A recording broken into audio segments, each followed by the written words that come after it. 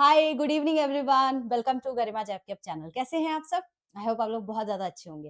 Guys, welcome to one short series. यहाँ पर आरबीडब्ल्यूएम PPB की क्लासेस मैं आपको दे रही हूँ। जितने भी इंपॉर्टेंट टॉपिक्स हैं जिससे आपके आरबीडब्ल्यूएम में क्वेश्चंस पूछे गए हैं और पीपीबी में पूछे गए हैं इन जैब एग्जामिनेशंस, उन सबको हम डिस्कस करते हैं और उसी इंपॉर्टेंट टॉपिक्स को भी यहाँ पर समझते हैं। तो गाइज, आज आप लोगों का ना मॉड्यूल डी का चैप्टर नंबर 25 दो पार्ट में आएगा। This is part one. Part two में हम कैपिटल गेन टैक्स के बारे में पढ़ेंगे और थोड़ा सा मैं उससे रिलेटेड न्यूमेरिकल कराऊंगी, इसीलिए मैं उसको पार्ट टू में लेकर के आ रही हूँ इस चैप्टर को। आई होप आप लोग अच्छी तरीके से प्रिपरेशन कर रहे होंगे। काफी लोगों के ये भी डाउट होंगे कि पीपीबी की क्लासेस काफी कम आ रही है। इसलिए आ रही है क्योंकि जितनी जल्दी हो सके मैं आरबीडब्ल्यूएम को फिनिश कर दूंगी एंड देन हर दिन आपकी पीपीबी की ही क्लासेस चलेगी। So don't worry. और आपका क्लास आने वाला है 23 नंबर चैप्टर, जिसमें पूरा न्यूमेरिकल है, एक एक चीज मैं आपको समझा दूंगी। सो डोंट वरी, सब कुछ हो जाएगा। एग्जाम से पहले हर चीज रैप अप हो जाएगी आपकी, तो टेंशन नहीं लेना है आप लोगों को। बाकी अगर मेरे चैनल पे नए हैं तो लाइक शेयर सब्सक्राइब करके जरूर जाइएगा गाइस, ठीक है।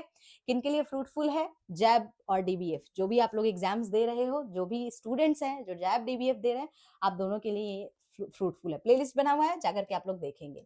तो सबसे पहले ना आज हम टैक्सेशन के बारे में बात करेंगे, क्योंकि चैप्टर का नाम ही है टैक्स प्लानिंग। तो चलिए टैक्सेशन को समझते हैं। तो ये एक प्रोसेस होता है जिसके थ्रू जो गवर्नमेंट होती है और जो आपकी टैक्स अथॉरिटी है, इनकम टैक्स अथॉरिटी होती है, वो सिटीजन्स पे, जो इंडियन सिटीजन्स होते हैं उन पे टैक्स इंपोज करती है, या जो भी बिजनेसेस होते हैं उन पे टैक्स इंपोज करती है। इसी को टैक्सेशन बोला जाता है, इसी को ये प्रोसेस बोला जाता है। तो कितने तरीके से एक सिटीजन या एक बिजनेस टैक्स को पे करता है इन इंडिया? तो दो तरीके से आप टैक्स को पे करते हो गाइस। एक होता है जिसको इनकम टैक्स बोलते हैं, जिसको आप डायरेक्ट टैक्स भी कह सकते हो, ठीक है। This is called direct tax. And goods and services tax, जिसको आप इनडायरेक्ट टैक्स बोलते हो। तो डायरेक्ट टैक्स का क्या मतलब है, यानी कि इनकम टैक्स का मतलब क्या होता है? जो टैक्स पे करते हो on the money you earn. तो जैसे आप सैलरी अर्न कर रहे हो तो एक टैक्स स्लैब आता है आपका, ठीक है। उस टैक्स स्लैब से आपका अगर एक्सीड करता है लिमिट, ठीक है, तो आपको आपको टैक्स पे करना होता है, राइट? आपको पता ही है ये चीज, ठीक है। तो इनकम टैक्स आप ऐसे डायरेक्ट गवर्नमेंट को पे करते हो। Now goods and services tax आप इनडायरेक्टली पे करते हो, इसीलिए इसको इनडायरेक्ट टैक्स बोलते हैं। इनडायरेक्टली का क्या मतलब है गाइस? तो जब आप रेस्टोरेंट में खाना खाने जाते हो, ठीक है, तो आप देखोगे कि एक जीएसटी टैक्स लगता है, ठीक है। या आप मोबाइल फोन खरीद रहे हो तो आपको जीएसटी लगता है। तो इनडायरेक्टली आप यहाँ पर पे करते हो सरकार को, मतलब आपने रेस्टोरेंट वाले को वो जीएसटी पे किया, अब वो रेस्टोरेंट वाला सरकार को पे करता है। तो डायरेक्टली आप नहीं दे रहे हो ना, तो इसलिए इसको इनडायरेक्ट टैक्स या गुड्स एंड सर्विसेज टैक्स के नाम से जाना जाता है। आई होप समझ में आ रहा होगा। अच्छा, ये डिसाइड कौन करता है? Who decide the taxes? तो इंडिया में सेंट्रल गवर्नमेंट और स्टेट गवर्नमेंट आपके टैक्स को डिसाइड करती है, कलेक्ट करती है टैक्सेस को, ठीक है। जैसे यहां पर एग्जांपल के तौर पे देखो कि इनकम टैक्स को कलेक्ट किया जाता है बाय द सेंट्रल गवर्नमेंट, और जो आपका जीएसटी होता है ना, वो शेयर्ड किया जाता है विद सेंट्रल और स्टेट गवर्नमेंट बोथ। तो गुड्स एंड सर्विसेज जो टैक्स आप पे करते हो, दोनों ही गवर्नमेंट के बीच में शेयर किया जाता है। आई होप ये स्लाइड समझ में आया होगा आपको। Now coming to financial year और असेसमेंट ईयर। फाइनेंशियल ईयर का क्या मतलब होता है गाइस? तो ये वो ईयर होता है जिस ईयर में आप पैसे अर्न करते हो। तो फाइनेंशियल ईयर आपके लिए कौन सा है गाइस? तो स्टार्ट होता है 1 अप्रैल से और एंड होता है किसी भी ईयर के 31 मार्च को, ठीक है। जैसे एग्जाम्पल के तौर पे आपका फाइनेंशियल ईयर स्टार्ट हुआ 1 अप्रैल 2025 और ये एंड होगा 31 मार्च 2026। This is your financial year. और इस ईयर में जो भी आप अर्न करते हो, हाँ, इस ईयर में, उसी को हम बोलते हैं financial year, the year in which you earn the money. तो इस ईयर में आपने अर्न किया, इसलिए इसको फाइनेंशियल ईयर बोलते हैं। देखो, फाइनेंशियल ईयर को ही गाइज हम प्रीवियस ईयर के नाम से बोलते हैं फॉर द टैक्स पर्पस। तो प्रीवियस ईयर, फाइनेंशियल ईयर, दोनों ही टैक्स पर्पस के हिसाब से दोनों ही सेम होते हैं, तो कंफ्यूज आपको नहीं होना है। अप्रैल 2025, 31 मार्च 2026, this is your financial year and this is your previous year. अब जिस ईयर में आप टैक्स को क्लेम करते हो, टैक्स को फाइल करते हो, उस ईयर को असेसमेंट ईयर कहा जाता है। तो फाइनेंशियल ईयर के लिए जिस ईयर में आपने मनी अर्न किया है, इसके लिए जिस अगले साल जो आप टैक्स को फाइल करने वाले हो, उसी को असेसमेंट ईयर कहा जाता है। The year in which your income from the financial year is assessed and tax is filed, ठीक है। तो मैंने आपको बोला 1 अप्रैल 2025 से लेकर के 31 मार्च 2026 इज योर फाइनेंशियल ईयर, ठीक है, इस ईयर में आपने मनी को अर्न किया है। नाउ अब कौन से ईयर में आप इसके लिए टैक्स को फाइल करने वाले हो, तो असेसमेंट ईयर। तो इसका असेसमेंट ईयर गाइस कौन सा होगा, आपका 2026 से लेकर के 2027, समझ रहे हैं, तो this is your assessment year. तो ये असेसमेंट ईयर है, इसको हम प्रीवियस ईयर भी बोल सकते हैं, ठीक है। तो आप, आई होप ये भी डाउट क्लियर हो गया होगा। द वेरी नेक्स्ट ईयर जो आपका आता है उसी को हम असेसमेंट ईयर बोलते हैं, जिस ईयर में आप यहाँ पर टैक्स को फाइल करते हो। बेसिक है गाइस, ठीक है, immediate after your financial year. अच्छा, जब आप टैक्स फाइल करते हो, जब टैक्स रिटर्न को फाइल किया जाता है तो वो हमेशा असेसमेंट ईयर में ही किया जाता है for the income earn in the financial year. Basic समझ गए। चलो एक क्वेश्चन करेंगे, 2023 में पूछा था what is the financial year. Financial year क्या होता है, the year in which tax are filed, नहीं इसको असेसमेंट ईयर कहते हैं। The year in which income is earn, तो जिस ईयर में इनकम अर्न करेंगे, option B is the correct answer. समझ रहे हो, इसी को फाइनेंशियल ईयर बोलेंगे, इसी को प्रीवियस ईयर भी बोल देंगे, खत्म। अब फ्यू इंपॉर्टेंट टर्म्स देख लेते हैं, कुछ फ्यू इंपॉर्टेंट टर्म्स के बारे में समझेंगे यहाँ पे एसएससी के बारे में। तो section 27 of the income tax act 1961 SSC के बारे में बोलता है। बहुत सीधे में समझो, ऐसा पर्सन जो लेबल है टैक्स को पे करने के लिए, दे आर द एसएससी, चाहे वो कोई डीम्ड एसएससी ही क्यों ना हो। तो deemed to be an SSC का क्या मतलब होता है, अब जैसे मान लो राम है, राम को उसके फादर से इनहेरिटेड प्रॉपर्टी मिली है, अब उस प्रॉपर्टी का टैक्स राम के फादर ने पे नहीं किया था और राम के फादर की डिवाइस हो चुकी है, तो नाउ अब उस प्रॉपर्टी का जो टैक्स है वो कौन पे करने वाला है, राम। तो राम इज एन एसएससी, तो इनको हम deem to be an SSC भी बोलते हैं। तो बेसिकली नटसिल में समझो कि जो भी लेबल है टैक्स को पे करने के लिए as per the income tax act 1961, they are the SSC. खत्म। एग्जाम में क्वेश्चन पूछेगा तो आपको पता होना चाहिए। सेक्शन 231 आपको पर्सन के बारे में बताता है। कौन होता है पर्सन, कोई भी इंडिविजुअल, कोई भी हिंदू अनडिवाइडेड फैमिली, कोई भी company, firm, associations, local authority and any juridical persons, जो कि इसमें से कोई भी अगर मेंशन नहीं है तो कोई भी ज्यूरिडियल पर्संस भी हो सकता है, ठीक, उसको हम पर्सन कहते हैं। पैन क्या होता है, परमानेंट अकाउंट नंबर। क्यों इस्तेमाल करते हैं गाइस, तो ये जब आप आईटी रिटर्न फाइल करते हो ना, इनकम टैक्स डिपार्टमेंट के द्वारा इसको इशू किया जाता है परमानेंट अकाउंट नंबर को। 10 डिजिट का अल्फा न्यूमेरिक होता है। अब देखो यहाँ पे पैन नंबर अल्फा न्यूमेरिक है ना, नंबर और आपका अल्फाबेट से मिलके बना होता है, ठीक है। अब हर पर्सन के लिए यूनिक आपका ये पैन नंबर होता है, राइट। अब इससे आप जब आईटीआर फाइल करते हो तो उसके लिए आपको पैन नंबर की रिक्वायरमेंट होती है। तो इजिली आपके जो भी ट्रैकिंग वगैरह होती है आपके टैक्स रिलेटेड, उसको आप पैन नंबर के थ्रू कर सकते हैं, ठीक है। तो इसको कौन यहाँ पर आपको इशू करता है, तो income tax department. Similarly tan होता है, टैन भी आपको इनकम टैक्स डिपार्टमेंट के द्वारा ही इशू किया जाता है। Tax deduction and collection number, ये भी 10 डिजिट का आपका अल्फा न्यूमेरिक नंबर होता है। अब जैसे मान लो कोई बैंक है, ठीक है, कोई ऑर्गेनाइजेशन है, अब उस ऑर्गेनाइजेशन में आप काम करते हो, तो जैसे बैंक का ही एग्जांपल लेते हैं, अगर उसने आपको एफडी दिया है तो आपको पता है एफडी के इंटरेस्ट रेट पे आपसे टैक्स लिया जाता है, टीडीएस आपका डिडक्ट होता है, राइट। मैंने बताया था आपको टैक्स डिडक्शन एट सोर्स होता है, टीडीएस कटता है। तो टीडीएस कटने के बाद जो भी अमाउंट होता है वो आपको पे किया जाता है। तो वो जो टीडीएस आपसे डिडक्ट किया जाता है बाय द बैंक, उसको वो किसको भेजती है, सेंट्रल गवर्नमेंट को भेजती है, ठीक है।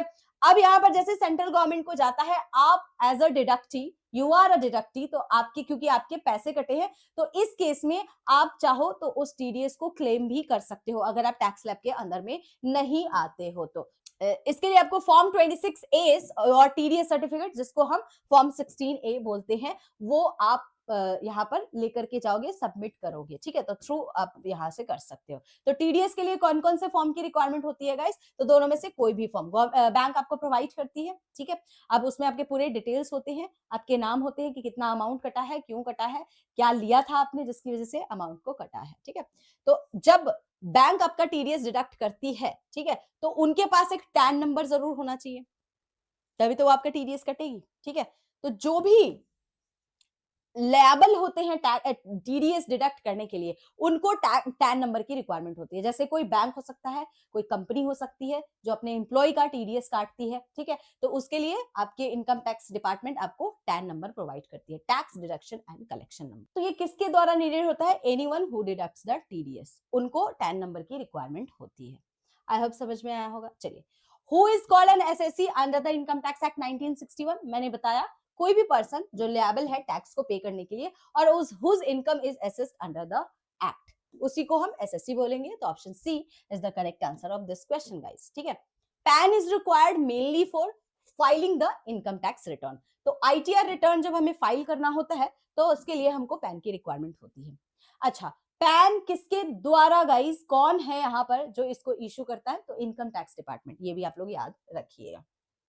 Heads of the income of the computation of total income. तो गवर्नमेंट कैसे आपके टैक्स को कैलकुलेट करती है? तो गवर्नमेंट यहाँ पर बेस्ड ऑन द 5 इनकम्स आपके टैक्स को कैलकुलेट करती है। तो यहाँ पर वो पांचों का नाम लिखा होगा। इनकम फ्रॉम सैलरी सेक्शन 15 इसके बारे में बताता है। Income from house property section 18 बताता है। Profit and gain from the business and profession section 28 बता रहा है। एंड कैपिटल गेन सेक्शन 45 और income from other sources section number 56 में बताया गया है। ठीक है, तो इसको हम वन बाय वन करके समझेंगे। सबका आपको सेक्शन याद होना चाहिए। देखिए, इनकम फ्रॉम सैलरी सेक्शन 15 आपको इनकम फ्रॉम सैलरी के बारे में गाइस बता रहा है, जिसमें कौन कौन से आपके अकाउंट किए जाते हैं। तो बेसिक जो भी आपकी वेजेस होते हैं, मंथली आपकी जो भी सैलरी है, पेंशन है, एन्युटी है, ग्रेचुटी है, फी है, कोई कमीशन है, बोनस है, या कोई भी एक्स्ट्रा पे आउट किया जा रहा है, लीव इनकैशमेंट है आपका, ठीक है, या कोई आपका पीएफ है, या employer contribution to the pension account. These all are come under the salary income। ठीक है, जिसको सरकार गवर्नमेंट कैलकुलेट करती है अगर टैक्स कैलकुलेट करना होता है। तो कौन कौन सी सैलरी को कंसीडर नहीं करते हैं गाइस? तो सैलरी जो एडवांस में आपको पे किया जाता है, या अगर आप पार्टनरशिप फॉर्म हो और आप अपने पार्टनर को सैलरी पे कर रहे हो, तो ये दोनों ही आपके इनकम फ्रॉम सैलरी में नहीं आते हैं। तो ये चीज आपको ध्यान में रखना है। Income from house property, rental income section 18 इसके बारे में बता रहा है। क्या क्या काउंट होता है गाइस?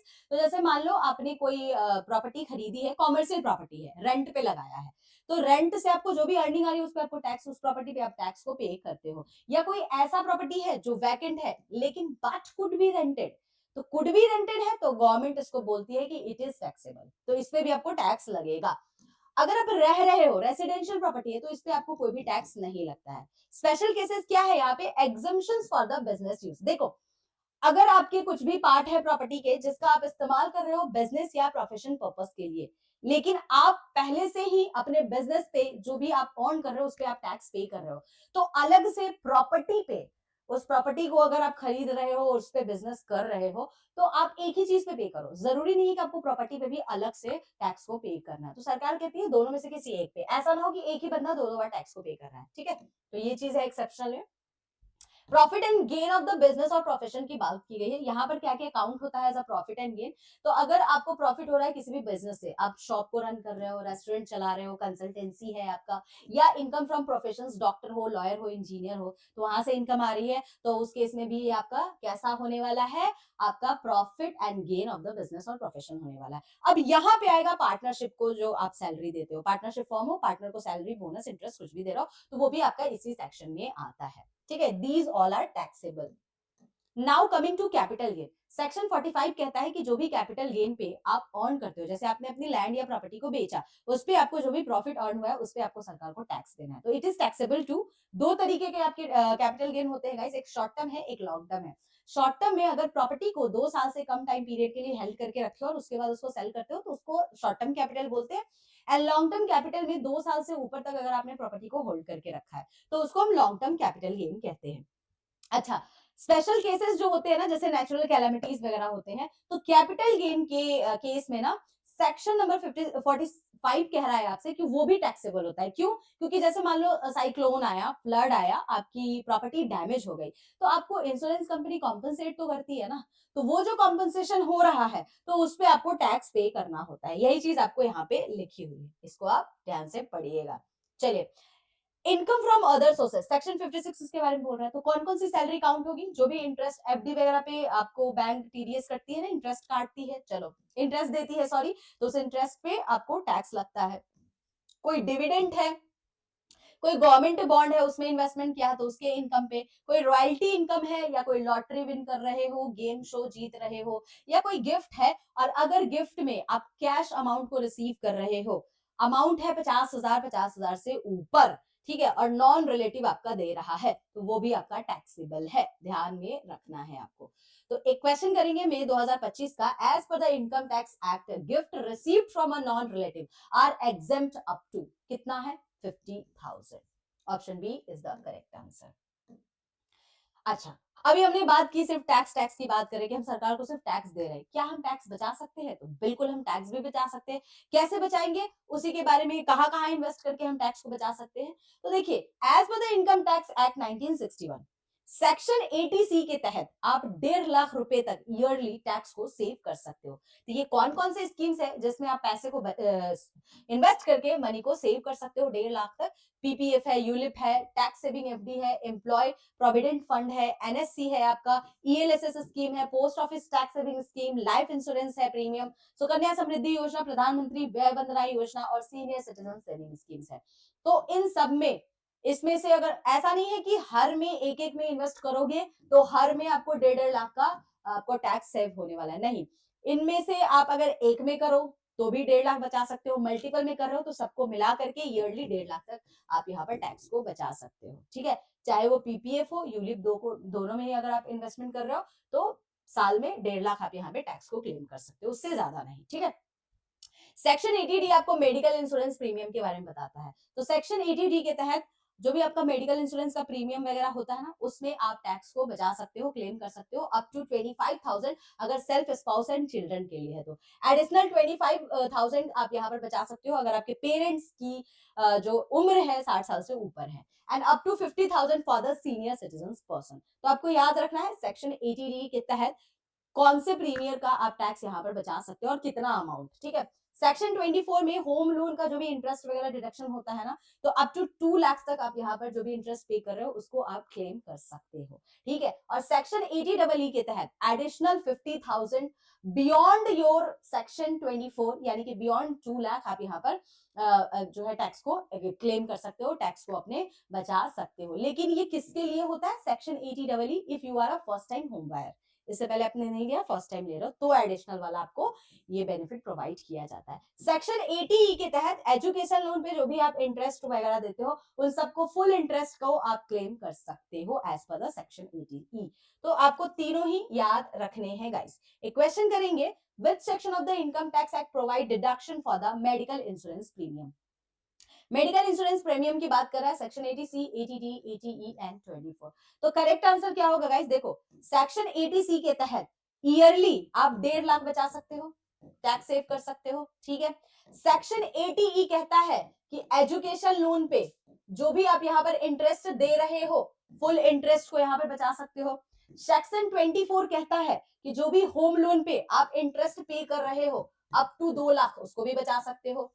और मैंने एक और बताया था सेक्शन 80 डबल ई के बारे में जिसमें मैंने आपको कहा था कि if you are a first time home buyer, अगर आप पहली बार घर खरीद रहे हो तो उस केस में एडिशनल 50,000 बियॉन्ड योर सेक्शन 24 आप यहाँ पर क्लेम कर सकते हो, टैक्स डिडक्शन करा सकते हो।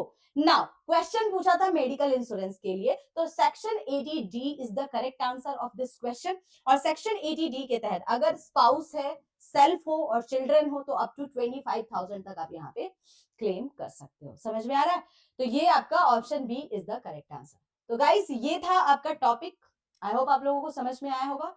कोई डाउट होता है तो do let me know in the comment sections guys if you have any doubt.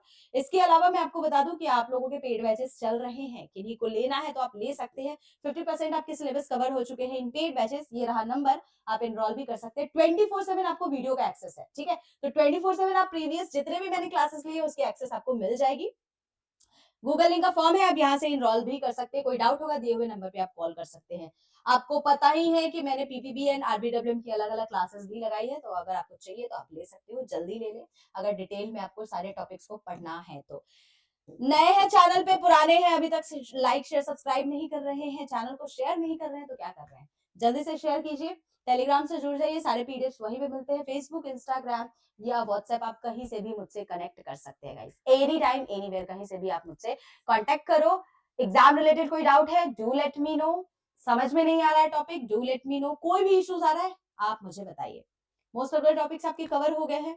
अब आई नीड योर फीडबैक, तो आप लोग फीडबैक भी जरूर दीजिएगा, कैसी क्लासेस लग रही है, कैसा मैं पढ़ा रही हूँ, सारी चीजों का आप लोग फीडबैक देते रहिएगा। बाकी इसी तरीके से एग्जाम्स की प्रिपरेशन कीजिए, ठीक है? आपका पार्ट 2 आएगा जिसमें हम डिस्कस करेंगे कैपिटल गेन टैक्स, उससे रिलेटेड न्यूमेरिकल, तो जरूर आप लोग सेशंस को देखिएगा। चलिए गाइस, कोई दिक्कत होगा तो बताइएगा। तब तक के लिए bye bye, good night and take care.